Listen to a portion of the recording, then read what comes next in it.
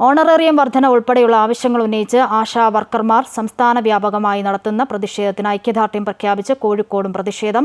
Kerala Pradesh ASHA workers Congress Kozhikode ജില്ലാ കമ്മിറ്റിയുടെ നേതൃത്വത്തിൽ പട്ടിണി മൂലം പിച്ചയെടുപ്പ് എന്ന പേരിൽ പ്രതിഷേധം സംഘടിപ്പിച്ചു.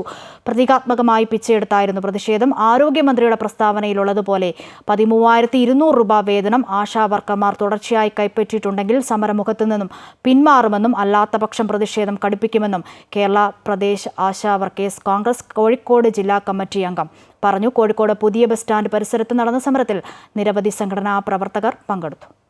ദുരിതത്തിലാണ്, ആത്മഹത്യ ചെയ്യാൻ പോലും പ്രവണതപ്പെട്ടിരിക്കുന്ന ഒരു സാഹചര്യമാണ് ഇന്ന് നിൽക്കുന്നത്. ഈ ആരോഗ്യമന്ത്രിയുടെ ഒരു പ്രസ്താവന ഞങ്ങൾ കണ്ടു. 13,200 രൂപ വേതനം നമുക്ക് തരുന്നുണ്ടെന്ന് പറഞ്ഞിട്ട്.